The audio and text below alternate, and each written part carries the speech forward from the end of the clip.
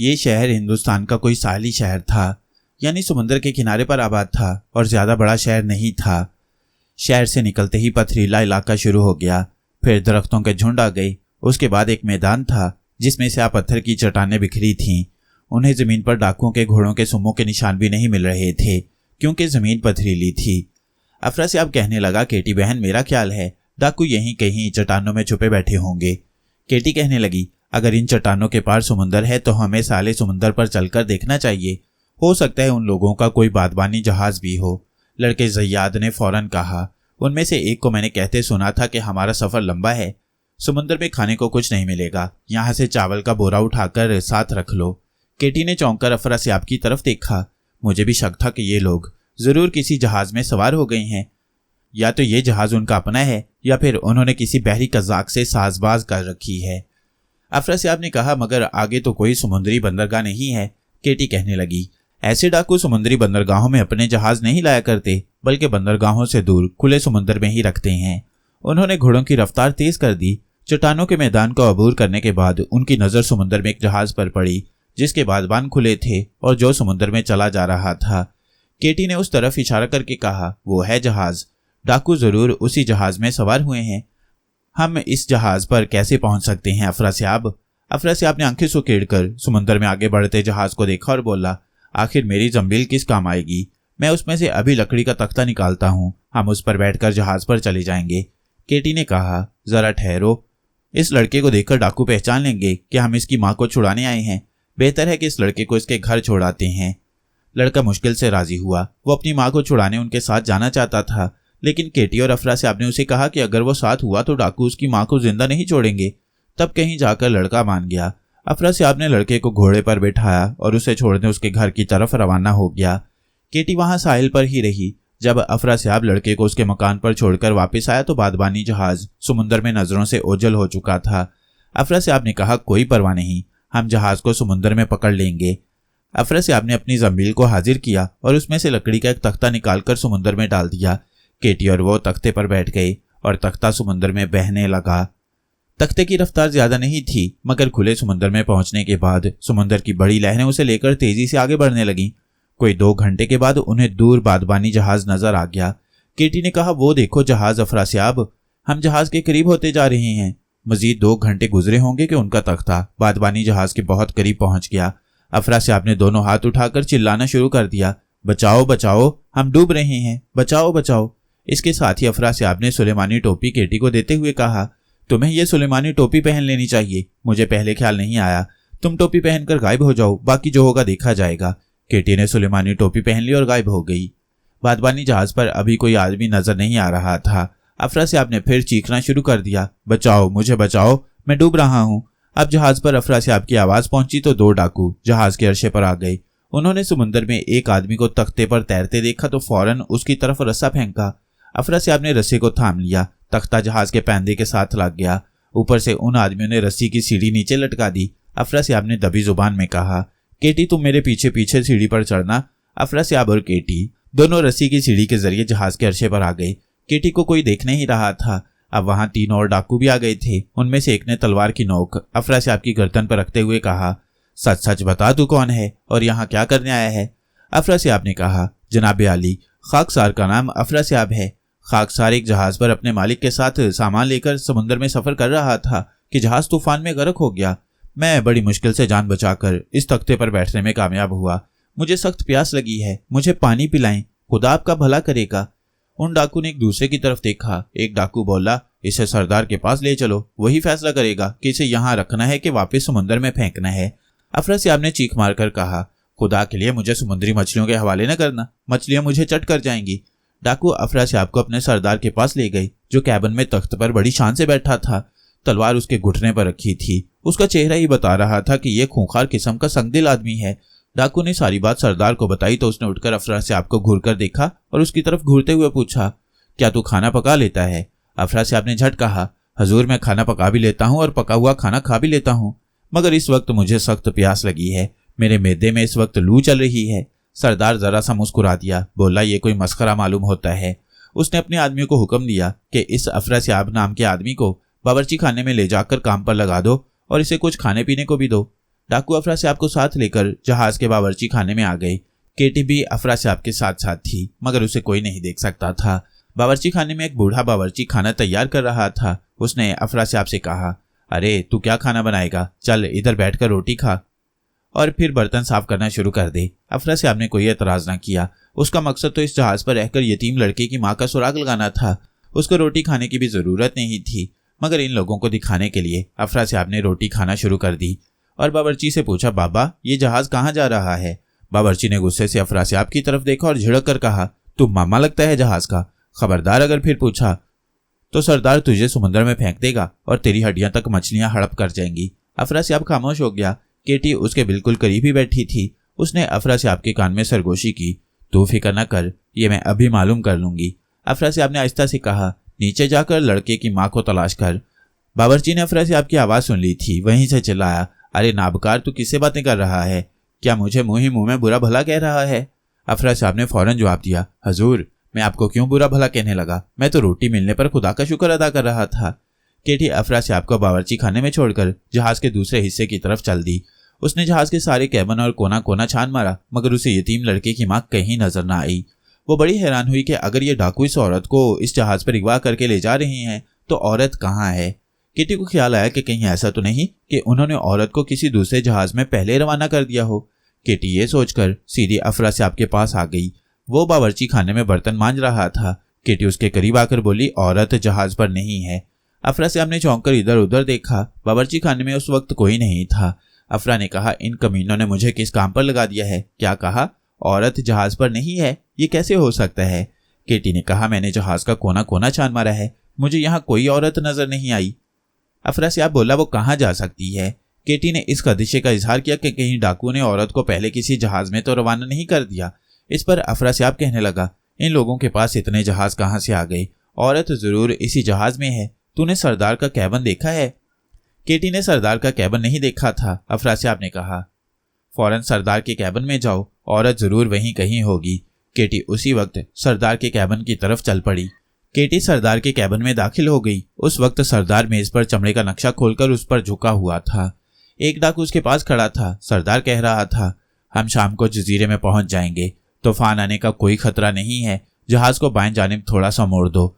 डाकू चला गया। केटी ने अंदाजा लगा लिया कि ये लोग हिंदुस्तान के साहिल के करीब ही किसी जजीरे पर उतरने वाले हैं। वह एक तरफ खामोशी से खड़ी कैबिन का जायजा लेने लगी। यहाँ तख्त पर बिस्तर लगा था, कई चीजें इधर उधर बिखरी हुई थीं। सरदार ने चमड़े का नक्शा लपेटकर संदूक में रखा और कैबिन का दरवाजा बंद कर दिया। केटी खामोशी से खड़ी सरदार को तक रही थी कि वो क्या करने वाला है। सरदार केटी को नहीं देख सकता था। सरदार को जब इत्मीनान हो गया कि वो अकेला है तो उसने बिस्तर वाले तख्त को एक तरफ हटा दिया। उसके नीचे कालीन बिछा था। सरदार ने कालीन को भी परे हटाया और फिर लकड़ी के फर्श का एक जगह से तख्ता ऊपर उठा दिया। केटी भी उसके पास जाकर खड़ी हो गई। तख्ता जहां से ऊपर उठा था वहां नीचे लकड़ी का एक जीना जाता था। जरूर नीचे कोई तय खाना था। सरदार नीचे उतर गया। केटी भी उसके पीछे पीछे नीचे उतर गई। नीचे एक तंग सा तय खाना था जिसमें एक लैंप रोशन था। लैंप की रोशनी में केटी ने देखा कि एक औरत जिसके बाल बिखरे हुए हैं, चेहरे पर मायूसी और उदासी छाई है, फर्श पर सर झुकाए बैठी है। सरदार को देखकर उसने आजीजी से कहा, खुदा के लिए मुझ पर रहम करो, मुझे मेरे बच्चे के पास पहुंचा दो, वो मेरे बगैर जिंदा नहीं रह सकेगा। सरदार ने गुर्राते हुए कहा, जब तक तू मुझे कब्र के खजाने का नक्शा नहीं देगी मैं तुझे तेरे बेटे से कभी नहीं मिलाऊंगा। तू सारी जिंदगी अपने बच्चे की सूरत देखने को तरसती रहेगी और तड़प तड़प कर मर जाएगी। औरत ने रोते हुए कहा, मैं कसम खाकर कहती हूँ कि मुझे कब्र के खजाने का कुछ इल्म नहीं है। सरदार ने गुस्से में कहा, तू झूठ बोलती है, तेरे बाप ने मरने से पहले कब्र के खजाने का नक्शा तुझे दिया था और कहा था कि 7 बरस गुजरने के बाद कब्र में से खजाना निकाल लेना। अब 7 बरस गुजर गए हैं, बता कब्र के खजाने का नक्शा कहाँ है? मैं तुमसे वादा करता हूँ कि अगर तूने नक्शा मेरे हवाले कर दिया तो मैं न सिर्फ तुम्हें तुम्हारे बच्चों के पास पहुंचा दूंगा बल्कि खजाने में से आधी दौलत तुझे दे दूंगा। औरत रोए जा रही थी। वो बार बार कह रही थी, मुझे किसी कब्र के खजाने का पता नहीं, मेरे बाप ने मरते वक्त मुझे कोई खजाना नहीं दिया था। सरदार ने गरज कर कहा, हम जजीरे पर पहुंचने वाले हैं, मैं तुम्हें 4 दिन की मोहलत देता हूँ। अगर इन 4 दिनों में तूने मुझे बता दिया कि कब्र के खजाने का नक्शा कहाँ है तो मैं तुझे तेरे बच्चे के पास पहुंचा दूंगा। लेकिन अगर तूने ना बताया तो तेरे बच्चे को यहाँ लाकर मैं तेरी आंखों के सामने उसे ज़िबा कर डालूंगा और उसके बाद तुझे आग में जिंदा जला दूंगा। ये कहकर सरदार जीना चढ़कर तय खाने से बाहर निकल गया। ऊपर जाकर उसने लकड़ी का तख्ता गिरा दिया। तय खाने में सिर्फ औरत के आहिस्ता आहिस्ता सिसकियां भरने की आवाज ही आ रही थी। केटी सारी कहानी समझ गई थी। अब वो इस औरत से बात करना चाहती थी, वो उसे हौसला देना चाहती थी, उसे बताना चाहती थी कि वो उसे वहां से निकालने के लिए आए हैं और उसका बच्चा जिंदा सलामत है। केटी सोच रही थी कि इस औरत से किस तरह बात शुरू करे, कहीं वो ये देखकर डर ना जाए कि कोई गैबी औरत उससे हम कलाम है, मगर इसके सिवाय कोई चारा भी नहीं था। अफरा से आपको यहाँ तक पहुंचने में दिक्कत पेश आ सकती थी। केटी ने औरत से बात करने का फैसला कर लिया। केटी ने पहला काम यह किया कि अपनी सुलेमानी टोपी उतार दी। टोपी के उतरते ही केटी नजर आने लगी। औरत ने एकदम से जो अपने सामने एक लड़की को देखा तो डर गई, उसके आंसू रुक गए, आंखें दहशत के मारे फैल गईं। केटी ने उसे तसल्ली देते हुए कहा, डरो नहीं बहन, मैं कोई भूत नहीं हूं, बल्कि तुम्हारी तरह की एक गोश्त पोस्त वाली औरत हूं। औरत ने डरते डरते पूछा, मगर तुम अचानक यहाँ कैसे? केटी ने उसके फिक्रे को काटते हुए कहा, मेरा नाम केटी है, तुम्हारा क्या नाम है? पहले नाम बता दो, बाकी बातें फिर होंगी। औरत ने कहा, मेरा नाम शुमाला है, मगर तुम जरूर कोई भूत हो।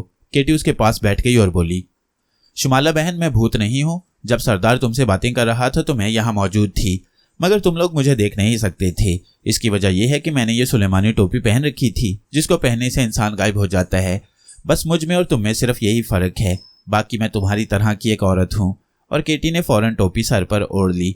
टोपी के पहनते ही वो फिर गायब हो गई और बोली, देखो मैं यहाँ पर मौजूद हूँ, मगर तुम मुझे नहीं देख सकती हो। ये सिर्फ सुलेमानी टोपी की करामत है। अब मैं सुलेमानी टोपी उतारती हूँ। और केटी ने टोपी उतार दी। इसके साथ ही केटी फिर दिखाई देने लगी। औरत को यकीन आ गया कि केटी कोई भूत नहीं है। उस पर जो दहशत आ रही थी वो दूर हो गई।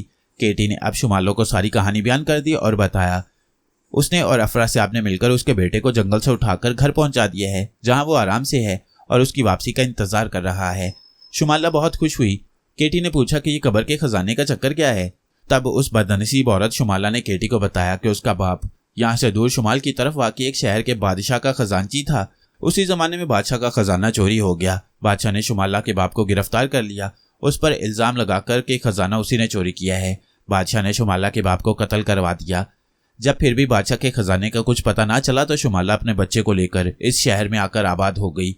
वह लोगों के घरों में कामकाज करके अपना और अपने यतीम बच्चों का पेट पाल रही थी कि अचानक 7 बरस बाद ये डाकू उसके पास आ गए और उससे खजाने का नक्शा मांगा, जो उसके ख्याल में शुमाला का बाप मरते वक्त उसे दे गया था। और उन डाकुओं की इतला के मुताबिक वो किसी कब्र में दफन था। सारा किस्सा सुनने के बाद शुमाला ने कहा, हकीकत यह है कि मेरा बाप बेगुनाह था। उसने अगर खजाना चुराया होता तो मुझे जरूर बताता। मैं उसकी इकलौती बेटी थी, मगर उसने मरते वक्त मुझे कहा था कि बेटी, खजाना डाकू ले गए होंगे। मैंने खजाने में से एक सिक्का भी नहीं उठाया, मैं बेगुनाह हूँ। केटी ने सब कुछ सुनकर कहा, शुमाला तुम फिक्र ना करो, हम तुम्हें यहाँ से निकाल कर ले जाएंगे। शुमाला कहने लगी, लेकिन ये डाकू वापस आकर मुझे और मेरे बेटे को मार डालेंगे। मैं ये शहर छोड़कर कहीं नहीं जा सकती। केटी ने कहा, हम इसका भी बंदोबस्त कर देंगे, तुम घबराओ नहीं। जहाज को जजीरे पर लगने दो। अफरा साहब मेरा भाई मेरे पास है, वो भी हमारी मदद करेगा। अब मैं जाती हूँ और तुम्हें जजीरे पर ही मिलूंगी। ये कहकर केटी तय खाने से निकलकर ऊपर आ गई। सरदार कैबिन में नहीं था। केटी वहां से सीधी अफरा साहब के पास पहुंची। वह बावर्ची खाने का फर्श साफ कर रहा था। केटी ने उसे जाकर सब कुछ बताया तो वो बड़ा खुश हुआ। कहने लगा, मैं ना कहता था कि वो औरत इसी जहाज पर होगी। इसका मतलब है कि शाम को हम जजीरे पर पहुंचने वाले हैं, तो ये डाकू उस जजीरे पर रहती हैं। कोई बात नहीं, जजीरे पर पहुंचने के बाद कोई मंसूबा बनाएंगे कि सांप भी मर जाए और लाठी भी न टूटे। जब शाम होने लगी तो दूर से जजीरे की जमीन नजर आई। जहाज सूरज गुरूब होने के साथ ही जजीरे के साथ जाकर लग गया। ये जजीरा मुल्क हिंदुस्तान के साहिल से 1 दिन के फासले पर था। ज्यादा बड़ा जजीरा नहीं था। यहाँ जंगल भी ना होने के बराबर थे। चारों तरफ पथरीले टीले ही नजर आते थे। इसी वजह से यहाँ आबादी भी नहीं थी। सिर्फ इन डाकुओं ने ही अपना मस्कन वहां बना रखा था। लूटा हुआ सामान उतारकर जजीरे के अंदर एक ऊंचे टीले की गार में ले गए। ये गार अंदर से काफी खुला था और इसमें छोटे छोटे 3 कमरे बने हुए थे। एक कमरे में शुमाला को लाकर कैद कर दिया गया। गार के बाहर 2 डाकू तलवारें लेकर पहरे पर खड़े हो गए थे। सरदार ने लूटे हुए माल का जायजा लिया और उसे गार के अंदर एक कमरे में बंद करके रख दिया। अब डाकू ने गार के सामने आग का अलाव रोशन कर दिया और जश्न मनाने लगे। आग पर गोश्त भूना जाने लगा। डाकू नाचने और गाने में मसरूफ हो गए। सरदार भी उनके दरमियान एक तख्त पर बड़ी शान से तलवार सामने रखे बैठा था। जहाज साहिल के करीब ही पुरसुकून समुद्र में खड़ा था। 3-4 डाकुओं का जहाज पर पहरा लगा था। अफरा साहब और केटी जहाज से उतरकर टीले के करीब ही एक जगह बैठे थे। कुछ फासले पर डाकू आग के अलाव के गिर्द बैठे कहकहे लगा रहे थे और नाच रहे थे। केटी अफरा साहब के पास ही बैठी थी। उसने कहा, अब तुम्हारा क्या ख्याल है, हमें क्या करना चाहिए? अफरा साहब कहने लगा, शुमाला का ये कहना दुरुस्त है कि अगर हम उसको यहाँ से निकालकर उसके घर पहुंचा भी आए तो बदबख्त डाकू दोबारा उसके घर जाकर उसे अगवा करके ले आएंगे और बहुत मुमकिन है कि इस बार वो उसे जिंदा ना छोड़ें। केटी ने कहा, तो इसका मतलब है कि इन डाकुओं से पहले निमटना होगा। बिल्कुल ठीक, अफरासियाब ने जोर देकर आहिस्ता से कहा। वही जहाज वाला बावर्ची अफरासियाब के करीब से गुजरते हुए रुक गया और बोला, तुम फिर अपने आप से बातें करने लगे, क्या ये तुम्हें कोई बीमारी है? अफरासियाब ने कहा, हाँ बाबा जी, मुझे बीमारी है। कहो तो तुम्हें भी ये बीमारी लगा दूं? बावर्ची ने अफरासियाब को गुस्सीली आंखों से देखा और कहा, अब जुबान दराजी की तो सरदार से कहकर तुम्हें समुद्र में फेंकवा दूंगा, समझे? अफरासियाब ने कहा, मैं तो समझ गया हूं, मगर तुम नहीं समझे, अभी ठहरो, मैं तुम्हें समझाता हूं। ये कहकर अफरासियाब उठा। केटी ने उसे रोकना चाहा, मगर अफरासियाब बावर्ची के पास पहुंच गया था। अफरा ने बावर्ची के हाथ में जो डोंगा पकड़ा हुआ था वो ले लिया और बोला, मुझे एक और बीमारी है, किसी की चीज हाथ में आ जाए तो वो गायब हो जाती है। और अफरासियाब ने बावर्ची का डोंगा अपनी जंबील में डाल लिया।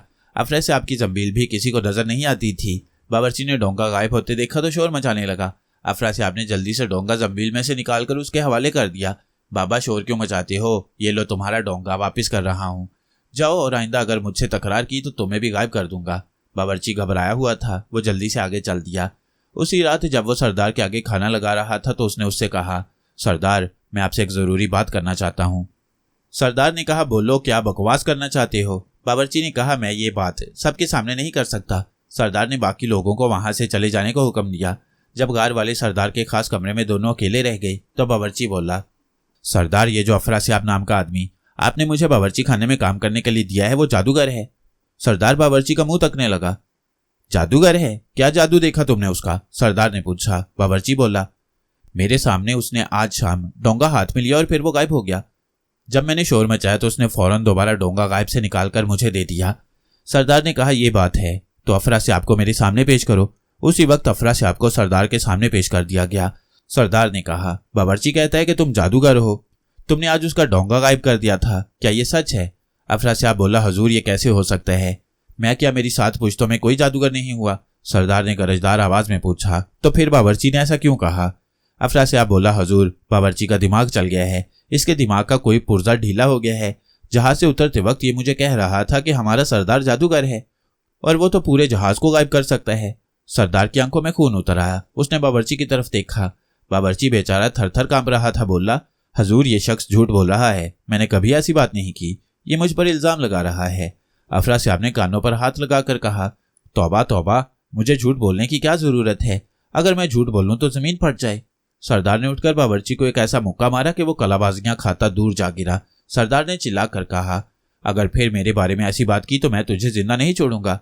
बावर्ची तो वहां से दुम दबाकर भाग गया। सरदार ने अफरासियाब की तरफ देखकर कहा, तुम भी यहां से दफा हो जाओ। अफरासियाब फौरन वहां से चल दिया और जरा दूर अपनी जगह पर आकर बैठ गया।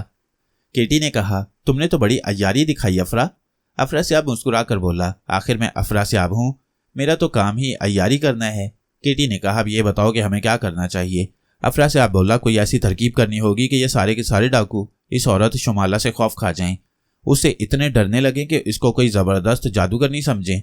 उसके बाद सरदार को कभी जरूरत नहीं होगी कि वो दोबारा इस औरत के घर का रुख करे। केटी को यह तरकीब बहुत पसंद आई। उसने कहा, तो फिर हमें इस पर फौरन अमल शुरू कर देना चाहिए, मगर शुमाला को जादूगरनी कैसे साबित किया जाए? अफरासियाब ने कहा, सुलेमानी टोपी हमारे पास है, जंबील भी मेरे पास है, हमारे लिए ये काम कोई मुश्किल नहीं है। रात गुजर जाने दो, कल सुबह हम अपना खेल शुरू कर देंगे। केटी और अफरासियाब कुछ देर वहां बैठे आपस में सलाह मशवरा करते रहे।